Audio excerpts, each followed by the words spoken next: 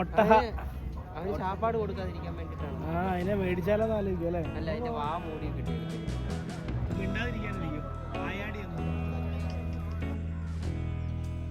Hello friends, wife ഫോണ്ടിയറിന്റെ പുതിയൊരു വീഡിയോയിലേക്ക് എല്ലാവർക്കും സ്വാഗതം. ഹലോ ഗായ്സ്, നമ്മള് പൂവാറ് ബോട്ടിങ്ങിലാണ്. ജസ്റ്റ് സ്റ്റാർട്ട് ചെയ്തേ ഉള്ളൂ. എങ്ങനെയുണ്ട് സ്റ്റാർട്ട് ചെയ്തിട്ട്? പ്രകൃതി അതിന്റെ എല്ലാ ഭംഗിയും വാരി വിതറിയ ഒരു സ്ഥലം. മുന്നിൽ കാണുന്നത് കണ്ടൽക്കാടുകളുടെ ഇടയിലുള്ള ശാന്തമായ ഒരു ബാക്ക് വാട്ടർ യാത്രയാണ്. കൂടെ സഞ്ചരിക്കാൻ ഒരുപാട് ബോട്ടുകളും വേറെയുമുണ്ട്. ഈ ടൂറിസം സീസൺ ശരിക്കും ഇവിടെ ഉണർന്നിരിക്കുകയാണ്. ചുറ്റും ഒന്ന് നോക്ക്, നമ്മളെ പോലെ തന്നെ ഈ പ്രകൃതി ഭംഗി ആസ്വദിക്കാൻ ഒട്ടേറെ സഞ്ചാരികൾ ഇങ്ങോട്ടേക്ക് എത്തിയിട്ടുണ്ട്. പൂവാർ ഇന്ന് കേരളം ടൂറിസത്തിന്റെ ഭൂപടത്തിൽ വളരെ പ്രധാനപ്പെട്ട ഒരിടമാണ്. നെയ്യാർ നദി, കായൽ, അറബിക്കടൽ എന്നിവ സംഗമിക്കുന്ന അപൂർവമായ സ്ഥലമാണിത്. പൂവാറിന്റെ തീരത്ത് മനോഹരമായ ഒട്ടനേകം റിസോർട്ടുകളുമുണ്ട്. വിദേശികളടക്കം നിരവധി പേരാണ് ദിവസവും ഇവിടെ എത്തുന്നത്. കായലും കടലും ചേരുന്ന സ്ഥലത്തിന് പൊഴിമുഖം എന്നാണ് പോലും പറയുന്നത്. ഞങ്ങളുടെ ബോട്ടിന്റെ സാരഥി ചേട്ടൻ പറഞ്ഞു തന്നതാണ്. നമ്മളിപ്പോൾ എത്തിച്ചേരുന്ന ഈ ബീച്ചിന്റെ പേര് ഗോൾഡൻ സാൻഡ് ബീച്ച് എന്നാണ്. ഈ ബീച്ചിലേക്ക് ബോട്ട് മാർഗം മാത്രമേ എത്തിച്ചേരാൻ സാധിക്കുകയുള്ളൂ. കായലിൽ നിന്ന് നേരെ കടലിലോട്ട്. ഇതൊരു അടിപൊളി അനുഭവം തന്നെയാണ്. ദൂരെ അതാ ആ ബീച്ചിൽ ഒട്ടകങ്ങളും ഉണ്ട്. ടൂറിസത്തിന്റെ ഭാഗമായി ഉള്ളതാണെന്നാണ് തോന്നുന്നത്.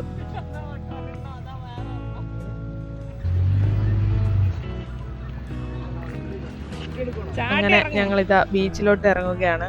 ഇഷ്ടംമാതിരി ടൂറിസ്റ്റുകൾ വന്നിട്ടുള്ളതിനാൽ ഇങ്ങനെ കുറെ ബോട്ടുകളും അവിടെ നിർത്തിയിട്ടിട്ടുണ്ട്. അപ്പൊ ഞങ്ങൾ നേരെ ഒട്ടകത്തിന്റെ അടുത്തോട്ട് പോയി. കടൽ തീരത്തെ രാജസ്ഥാൻ വൈബ്. ഇവിടെ വരുന്ന സഞ്ചാരികൾക്ക് ഒരു സഫാരിക്ക് വേണ്ടിയാണ് ഇവിടെ 2 ഒട്ടകത്തെ നിർത്തിയിരിക്കുന്നത്. ശരിക്കും സ്വർണ്ണ നിറം തന്നെയാണ് ഇവിടുത്തെ മണലിന്.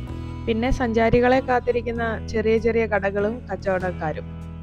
ഞങ്ങൾ 3 ആളും കൂടി കുറച്ചു നേരം ബീച്ചിലൂടെ ഇങ്ങനെ നടന്ന് ആ ഒരു വൈബൊക്കെ അങ്ങ് ആസ്വദിച്ചു. ഇവിടെ സുരക്ഷാ കാരണങ്ങളാൽ കടലിൽ ഇറങ്ങാൻ അനുവാദമില്ല. അതിനാൽ അവിടെ ഇങ്ങനെ ഒരു കയറ് കെട്ടിവെച്ചിട്ടുണ്ട്. ഇപ്പുറത്ത് തിരമാലകൾ ഇരമ്പുന്ന അറബിക്കടലും അപ്പുറത്ത് ശാന്തമായ കായലും. ശരിക്കും ഇതൊരു മാന്ത്രികമായ കാഴ്ച തന്നെയാണ്. ഈ സൈഡിൽ കാണുന്നതെല്ലാം റിസോർട്ടുകളാണ്. ഇനി അങ്ങോട്ടുള്ള ബോട്ടിങ്ങിലാണ് പലതരം പക്ഷികളെയും പ്രകൃതിയുടെ അത്ഭുതങ്ങളെയും കാണാൻ സാധിക്കുക എന്നാണ് ഞങ്ങളുടെ ബോട്ടിന്റെ സാരഥി ചേട്ടൻ പറഞ്ഞത്. അപ്പം മുന്നോട്ടേക്കുള്ള യാത്രയിൽ അത് നമുക്ക് കാണാം. ഇടുങ്ങിയ കായൽ വഴികളിലൂടെ ബോട്ട് അങ്ങനെ മുന്നോട്ടേക്ക് നീങ്ങുകയാണ്. ഇരുവശത്തും പച്ചപ്പണിഞ്ഞു നിൽക്കുന്ന കണ്ടൽ കാടുകളും. സഞ്ചാരികളുമായി കുറേ അധികം ബോട്ടുകൾ നമ്മുടെ എതിർവശത്തു കൂടി വരുന്നുണ്ട്. അങ്ങനെ നമ്മൾ ആദ്യത്തെ പക്ഷിയെ സ്പോട്ട് ചെയ്തു. കണ്ടാ നീർക്കാക്കയാണെന്ന് തോന്നുമെങ്കിലും ഇതിന്റെ പേര് സ്നേക്ക് ബേർഡ് എന്നാണ്. മീൻപിടുത്തത്തിന് ശേഷം ചിറകുണക്കുന്ന മനോഹര കാഴ്ചകളാണ് ഈ കാണുന്നത്. അടുത്തത് അടിപൊളി ഒരു നീലപ്പൊന്മാനെയും കണ്ടു. തിരുവനന്തപുരത്ത് നിന്നും ഏകദേശം 30 കിലോമീറ്റർ അകലെയാണ് പൂവാർ സ്ഥിതി ചെയ്യുന്നത്. പ്രകൃതി ഭംഗി കൊണ്ട് തന്നെ സഞ്ചാരികളുടെ മനം കവരുന്ന ഒരു തീരദേശ ഗ്രാമമാണിത്. പൂവാറിന്റെ സൗന്ദര്യം പൂർണ്ണമായി ആസ്വദിക്കാൻ ബോട്ടിംഗ് അനിവാര്യമാണ്. മോട്ടോർ ബോട്ടുകളിലും ഷിക്കാര ബോട്ടുകളിലും നിങ്ങൾക്ക് കായലിലൂടെ സഞ്ചരിക്കാം. ബോട്ടിംഗ് സമയം വരുന്നത് രാവിലെ 9 മണി മുതൽ വൈകുന്നേരം 5 മണി വരെയാണ്. ഇങ്ങനെ വേരുകൾ വെള്ളത്തിലേക്ക് ഇറങ്ങി നിൽക്കുന്ന കണ്ടൽക്കാടുകളുടെ ഇടയിലൂടെയുള്ള ഈ യാത്ര ഒരു ഫോറസ്റ്റ് സഫാരിയുടെ അനുഭവം തന്നെയാണ് നൽകുന്നത്. അങ്ങോട്ട് നോക്കിക്കേ, സാധാരണ കാണുന്ന കൊക്കുകളല്ല, എന്തൊക്കെ വെറൈറ്റി പക്ഷികളാണ് ഇവിടെ. നമ്മൾ ഉദ്ദേശിക്കുന്നതിനും അപ്പുറത്താണ് ഇവിടുത്തെ പക്ഷി വൈവിധ്യം. നിങ്ങൾ പൂവാറിൽ ഇതുവരെയും വന്നിട്ടില്ലെങ്കിൽ തീർച്ചയായും വരണം. ഈ പക്ഷികളെയും കായലിന്റെ ഈ ശാന്തതയും ഒക്കെ നേരിട്ട് അനുഭവിച്ചു തന്നെ അറിയണം. തിരുവനന്തപുരം കറക്കത്തിന്റെ 1-ാം ദിവസമാണിത്. നമ്മൾ എറണാകുളത്ത് നിന്ന് തിരുവനന്തപുരത്തേക്ക് നടത്തിയ യാത്രയുടെ വിശേഷങ്ങൾ ഉൾപ്പെടുത്തിയ നമ്മുടെ ഫസ്റ്റ് വീഡിയോ നിങ്ങൾ കണ്ടിരുന്നോ? ആ വീഡിയോ കണ്ടില്ലെങ്കിൽ അത് തീർച്ചയായും കാണുക. ആ വീഡിയോയുടെ ലിങ്ക് ഞാനിവിടെ പിൻ ചെയ്തേക്കാം. ആ യാത്രയുടെ ബാക്കി ഭാഗമാണ് നിങ്ങളിപ്പോൾ കാണുന്നത്. പൂവാറിന്റെ സൗന്ദര്യത്തെക്കുറിച്ച് നമ്മൾ ഒരുപാട് പറഞ്ഞു. പക്ഷേ ഇവിടുത്തെ തിരക്ക് കണ്ടോ? ഇവിടെ എപ്പോഴും സഞ്ചാരികളുടെ വലിയൊരു ഒഴുക്കാണ്. നോക്കിക്കേ, അങ്ങോട്ടും ഇങ്ങോട്ടും പോകുന്ന ബോട്ടുകളുടെ ഒരു നിര തന്നെയുണ്ട്. അങ്ങനെ ബോട്ടിംഗ് കഴിഞ്ഞ് മടക്കയാത്ര. ഇവിടുന്ന് ഇനി ആഴിമലയിലേക്കാണ് യാത്ര. ഈ കാണുന്നത് പള്ളം സെന്റ് സേവിയേഴ്സ് ചർച്ച്. ഒരു കപ്പലിന്റെ ആകൃതിയിലാണ് ഈ പള്ളി നിർമ്മിച്ചിരിക്കുന്നത്. ഇതിന്റെ സൈഡിലൂടെയുള്ള വഴിയിലൂടെ ഞങ്ങൾ പള്ളം ഫിഷ് മാർക്കറ്റിലോട്ട് പോയി. ഇവിടെ വൈകുന്നേരം ആയതിനാൽ ഫിഷ് മാർക്കറ്റ് ഒന്നും ഓപ്പൺ അല്ലായിരുന്നു. ജസ്റ്റ് ഞങ്ങൾ അതിലെ ഒന്ന് കറങ്ങി നേരെ തിരിച്ചു. ഇവിടുന്ന് നേരെ ആഴിമല ബീച്ചിലോട്ട്. ആഴിമല ബീച്ചിൽ ചെന്ന് അവിടെ കുറച്ച് സമയമൊക്കെ സ്പെൻഡ് ചെയ്ത് ഒരു ചായ എല്ലാം കുടിച്ച് അങ്ങനെ ഇരുന്നു. ഇതാ ഒരു വെറൈറ്റി കാഴ്ച. ആ പുൽമേടിലൂടെ ഒരു കുതിര ഇങ്ങനെ കിടന്ന് വട്ടത്തിൽ ഓടുന്നു. ഇവിടെ എന്തോ വലിയ ആഘോഷവും പരിപാടിയും ഒക്കെ നടക്കുന്നുണ്ട് കേട്ടോ.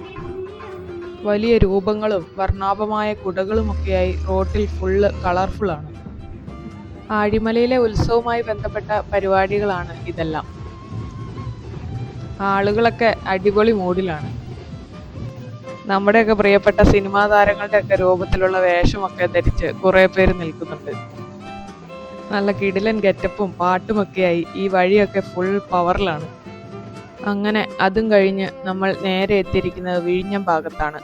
ഇവിടെ നിന്ന് വിഴിഞ്ഞം തുറമുഖത്തിന്റെ അതിമനോഹരമായ കാഴ്ച കാണാം. രാത്രി ആയതോടെ മൊത്തം ലൈറ്റൊക്കെ ആയിട്ട് അടിപൊളി വ്യൂ തന്നെയാണത്. നമ്മൾ പകല് കണ്ടതിൽ നിന്ന് വളരെ വ്യത്യസ്തമായ ഒരു കാഴ്ച തന്നെയായിരുന്നു ഈ ലൈറ്റുകളോടുകൂടി ദൂരെ ക്രെയിനുകളൊക്കെ കാണാൻ സാധിക്കുന്ന ഈ ഒരു കാഴ്ച. ഞങ്ങളെ ഈ കാഴ്ചകളൊക്കെ കാണിക്കുന്നത് ജോഷിച്ചേട്ടനാണ് കേട്ടോ. ജോഷിച്ചേട്ടനും വിഴിഞ്ഞം ഫോർട്ടിലാണ് വർക്ക് ചെയ്യുന്നത്. യാത്രയൊക്കെ ചെയ്ത് കിടിലൻ വിശപ്പായി. പിന്നെ ഞങ്ങൾ നേരെ കയറിയത് വിഴിഞ്ഞത്തെ ഉസ്താദ് ഹോട്ടലിലേക്കാണ്. അടുക്കളയിലെ കാഴ്ച കണ്ടോ? ചൂട് കടായിൽ മീൻ കിടന്ന് മൊരിയുന്നു. കൂന്തൽ ഫ്രൈ, കൊഞ്ച്, പിന്നെ മസാല പുരട്ടി വെച്ച കിടിലൻ മീനുകൾ കാണുമ്പം തന്നെ ആർക്കും കൊതിയായി പോകും. അപ്പൊ പിന്നെ ഞങ്ങളങ്ങോട്ട് ഓർഡർ ചെയ്തു. ചൂടോടെ ഒരു പിടി പിടിക്കാമല്ലോ അല്ലേ. ഉസ്താദ് ഹോട്ടലിലെ സ്പെഷ്യലൊക്കെ കഴിഞ്ഞ് വയറ് നിറച്ച് ഞങ്ങൾ നേരെ പോയത് കോവളം ബീച്ചിലോട്ടാണ്. കേരളത്തിൽ ഏറ്റവും കൂടുതൽ വിദേശ സഞ്ചാരികൾ എത്തിച്ചേരുന്ന വിനോദസഞ്ചാര കേന്ദ്രങ്ങളിൽ ഒന്നാണ് കോവളം ബീച്ച്.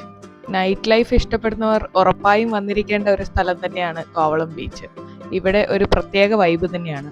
കുറച്ചു നേരം കടൽ തീരത്തിരുന്ന് ആസ്വദിച്ച് അങ്ങനെ ഇന്നത്തെ പരിപാടികൾ അവസാനിക്കുകയാണ്.